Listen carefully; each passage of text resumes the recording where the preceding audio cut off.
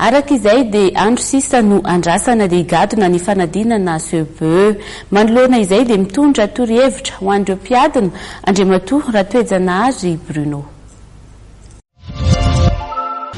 Fotoana famerenana akapoben'ny taranja rehetra zao ary indrindra fa fanaovana ny rattrapage an'ireo mpianatra izay tratran'ny grevy. Torohevitra dia tsotra. Ny voalohany indrindra dia tokony ho hita ao anatin'ny iray andro ny taranja rehetra. Ny faharoa dia tsy mandray zavatra tsy eo anaty kahie.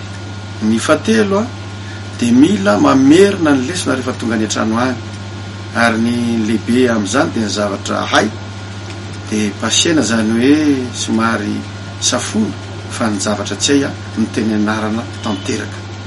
Ny manaraka izay dia raha tsy ampy ny fampianarana izay entinao miatrika fanadinana dia manatona n'ireny mpampanao akory ireny, satria fotoana mihitsy zao amin'ireny nahatratrarany grevy ireny matsy mba tsy hamonoana n'ilay taom-pianarana anankiray ao anatin'ny titony.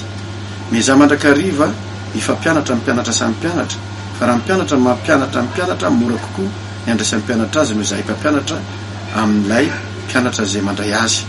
Ny manaraka dia tsy tokony lalan'inona fotoana fa tokony hifantoka tanteraka amin'ny fanadinana, satria raha hivolana mahery kely sisa dia hitrangy zany fanadinana ara-panjakan'izany ka aoka isika tena andamina ny fandaram-potoana rehetrarehetra ary mila mifomaray fa mianatra halina tsy mety. Fa ny tsara indrindra dia mifoha amin'ny 4 maraina amin'ny 4 sasany farany tara dia tokony amboarina fandaram-potoana dia hita ny taranja rehetra ao anatin'ny ray andro fampiresahana.